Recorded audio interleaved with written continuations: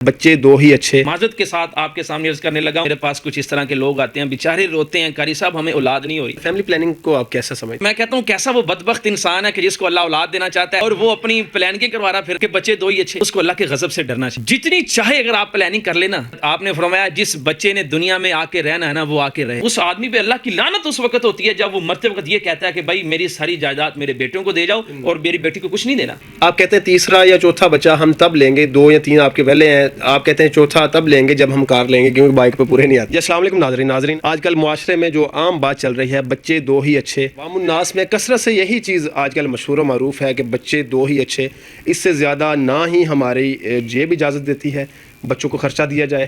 آئیے جانتے ہیں قرآن و سنت کے مطابق کیا بچے دو ہی ہونے چاہیے یا جتنے بھی ہوں اتنے اچھے؟ جی السلام علیکم جی، کر صاحب کیا حال ہے؟ جی وعلیکم السلام ورحمۃ اللہ۔ بسم اللہ والصلاۃ والسلام علی رسول اللہ، اما بعد، اعوذ باللہ من الشیطان الرجیم، بسم اللہ الرحمن الرحیم، ولا تقتلوا اولادکم خشیۃ املاق۔ ایمان والو، اپنی اولاد کو بھوک کے ڈر کی وجہ سے قتل مت کرو، اس وجہ سے کہ بچوں کو میں کچھ دے نہیں سکوں گا، بچے بھوک سے مر جائیں گے، اس وجہ سے بھوک کے ڈر کی وجہ سے اپنی اولاد کا قتل نہ کرو۔ محمود صاحب، یہ جو ایک محاورہ بن چکا ہے اور عالمی طور پر یہ محاورہ ہے کہ بچے دو ہی اچھے، دین کے اندر اگر دیکھا جائے تو سب سے گھٹیا ترین یہ ایک نعرہ ہے، سوچ بھی ہے۔ اس میں تھوڑی سی وضاحت کروں گا جی بالکل، کہ دین اولاد کے بارے میں آپ کو منع نہیں کرتا، دین نے اس کے اندر آپ کو کھلی اجازت دی ہے، بلکہ اس میں تو رسول اللہ صلی اللہ علیہ وسلم ارشاد فرمایا، لوگو تزوجوا الولود المولود، تم ایسی عورت سے شادی کرو جو زیادہ پیار محبت کرنے والی ہو اور زیادہ بچے پیدا کرنے والی ہو، زیادہ اولاد دینے والی ہو۔ دیکھو اسی لیے تو رسول اللہ نے فرمایا کہ جب تم اس طرح کام کرو گے نا، فَإِنِّي مُكَاثِرٌ بِكُمْ الْأُمَمَ، کل قیامت والے دن میں اپنی امت پہ فخر کروں گا کہ جو میری امت ہے اس کی تعداد زیادہ ہے۔ لیکن اس میں ایک اہم اور سب سے ضروری بات یہ ہے، اگر بالفرض آپ 10 بچے پیدا کر لیتے ہیں، 12 بچے مطلب ہے کہ پیدا کر لیتے ہیں اور ان کی تعلیم اور تربیت کا خیال نہیں رکھتے، وہ 10 یا 12 کے 12 وہ جہنم کا ایندھن ہے۔ بتاؤ کیا اس وجہ سے اللہ کے رسول صلی اللہ علیہ وسلم امت میں فخر کریں گے؟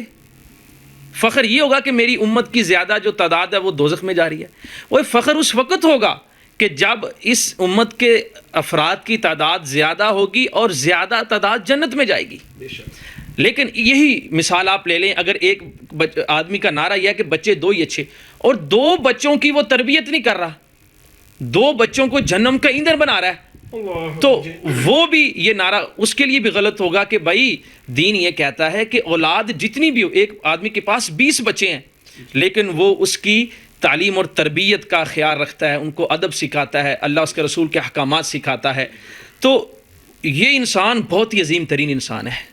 لیکن ایک انسان 2 بچے نہیں، اس کے پاس 1 بچہ ہی ہے لیکن اس 1 بچے کی تعلیم و تربیت صحیح نہیں کر رہا، تو وہ سب سے گھٹیا ترین انسان ہے۔ اس میں ایک بات اور ہے محمود صاحب، وہ بات یہ ہے کہ بھائی رسول اللہ صلی اللہ علیہ وسلم نے ارشاد فرمایا، من عال جاریتین، جو شخص 2 بچیوں کی پرورش کرتا ہے کل قیامت والے دن میرے ساتھ اس طرح ہوگا جس طرح یہ 2 انگلیاں اکٹھی ہیں۔ بچے 2 ہی اچھے، ان سے پوچھیں کہ کیا بچوں سے مراد کیا تمہارا؟ یہ کہتے ہیں کہ صرف دونوں بیٹے ہونے چاہیے، تو بیٹیوں کو کیوں پیدا کیا پھر؟ بیٹی کو تو اپنے گھر میں پیدا ہونا اچھا ہی نہیں سمجھتے۔ اصل معاشرے میں تو یہ چیز ہے کہ بچے دو ہی اچھے، یہ چیز نہیں دیکھی جاتی کہ 2 بیٹے ہی ہوں یا 2 بیٹیاں ہی ہوں، یہ چیز نہیں، یہ کہا جاتا ہے کہ چاہے بیٹی بیٹا ہو 2 ہی، یہ چیز عام سمجھی جاتی ہے۔ اچھا، قرآن یہی کہتا ہے وَإِذَا بُشِّرَ أَحَدُهُم بِالْأُنثَىٰ ظَلَّ وَجْهُهُ مُسْوَدًّا، جب ان کو بیٹی کی خوشخبری دی جاتی ہے نا تو اس کی وجہ سے ان کا چہرہ سیاہ پڑ جاتا ہے۔ اگر جب کہ بیٹے کی بنسبت زیادہ فضائل اللہ نے بیٹی کے بیان کیے ہیں، وہ حدیث اس کے اندر دونوں چیزوں کا ذکر ہے۔ رسول اللہ صلی اللہ علیہ وسلم نے ارشاد فرمایا، جس کے پاس 2 لونڈیاں ہوں نا تو فَيُعَلِّمُهَا فَيُحْسِنُ تَعْلِيمَهَا فَيُؤَدِّبُهَا فَيُحْسِنُ أَدَبَهَا، اس کو وہ تعلیم دیتا ہے، اچھی تعلیم دیتا ہے۔ اور تعلیم سے مراد یہ بھی بات سن لیں، وہ نہیں کہ اس نے اپنی بچیوں کو M.Phil کروا دیا، PhD کروا دی، وہ کوئی تعلیم شمار نہیں ہوگی۔ تعلیم سے مراد ہے قرآن و سنت کی تعلیم۔ اگر آپ کی بچی وہ میٹرک کے اندر بھی فیل ہے پرائمری وہ اپنا نام لکھنا نہیں جانتی، لیکن آپ نے اس کو قرآن پڑھنا سکھا دیا، قرآن کے احکامات سکھا دیے، زندگی گزارنے کے طریقے سکھلا دیے، تو یہ جو بچی ہے نا، یہ سب سے عظیم ترین بچی ہے تعلیم کے لحاظ سے۔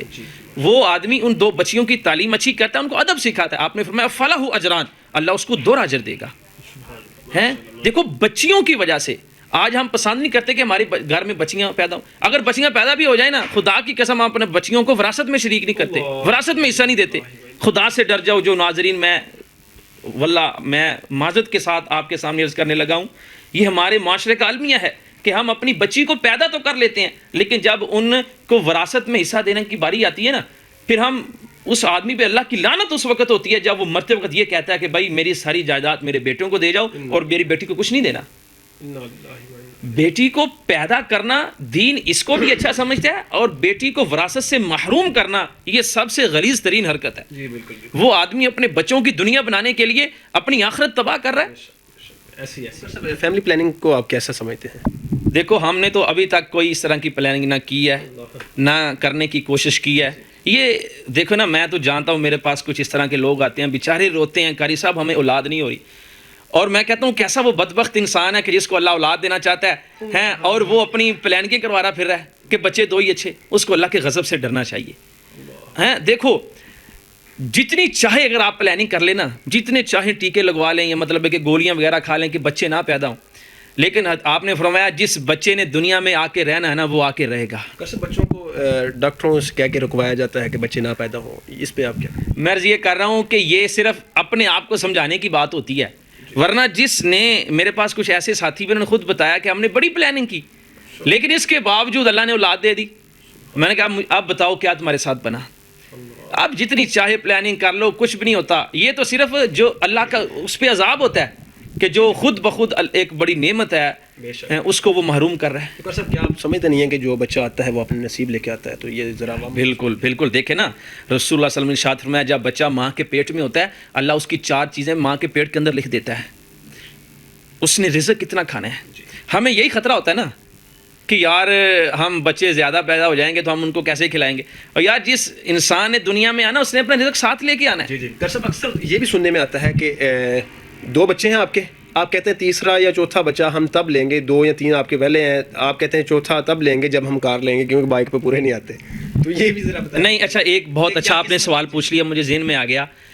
ہاں، فیملی پلاننگ اس ڈر سے کرنا کہ بچے پیدا نہ ہوں، بھوک کے ڈر کی وجہ سے، یہ غلط ہے، لیکن یہ بھی اس کا مطلب نہیں ہے کہ آپ ایک عورت کو سانس بھی نہ لینے دیں۔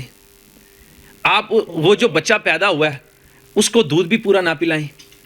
ہاں، ایک بچے کو دودھ پورا پلانے کی خاطر، ماں کی صحت کی خاطر اگر آپ درمیان کے اندر کوئی وقفہ کرنا چاہتے ہیں، وہ صرف مقصد آپ کا صحیح ہے، والدہ کی صحت اور بچوں کی صحت، اس وجہ سے اگر آپ فیملی پلاننگ کرنا چاہ رہے ہیں، یہ پھر میرے خیال میں ناجائز نہیں، یعنی یہ جائز ہے، ناجائز نہیں ہے۔ تو اگر آپ دوسرے طریقے سے اختیار کرتے ہیں اس بھوک کے ڈر کی وجہ سے کہ یار کیا کریں گے، ہمیں تو سب بچیاں زیادہ پیدا ہو جائیں تو جناب وراثت میں حصہ دینا پڑے گا، رزق کھلانا پڑے گا، بائی کا مسئلہ بن جائے گا، یہ بھی بھوکا، تو یہ اچھا نہیں ہے، یہ غلط ہے، یہ غلط ہے۔ تو صاحب آپ کیا عوام الناس کو مشورہ دیں گے؟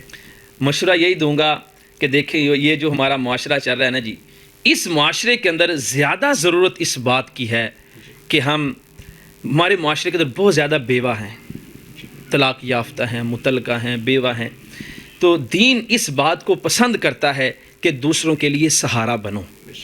جو دیکھیں عرب کے معاشرے کے اندر تو یہی ہے نا کہ وہاں پہ یہ جس کی ایک شادی ہو نا اس کو یہ سمجھتے ہیں کہ یار یہ فقیر مسکین ہے، اور وہاں پہ اس کو برا نہیں سمجھا جاتا، اچھا سمجھا جاتا ہے، جبکہ ہمارے معاشرے کے اندر المیہ یہ بن چکا ہے کہ جو دوسری شادی کر لینا اس کو تو پورے خاندان کی نگاہوں کے اندر ہم بہت برا سمجھتے ہیں۔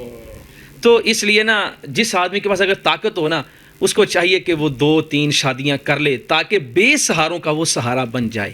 ناظرین، بچے 2 ہی اچھے ہیں، قاری سیف اللہ صمدانی صاحب نے اس کا جواب آپ کو دیا، بچے 2 ہی اچھے، فیملی پلاننگ، ہر طرح کے سوال کا جواب میرے خیال سے۔ جو آپ کے ذہن میں اور بھی سوال اٹھتے ہیں آپ انشاءاللہ کمنٹس باکس میں لازمی کریں۔ مزید اس طرح کی ویڈیو کے لیے ہمارا چینل سبسکرائب کریں۔ السلام علیکم۔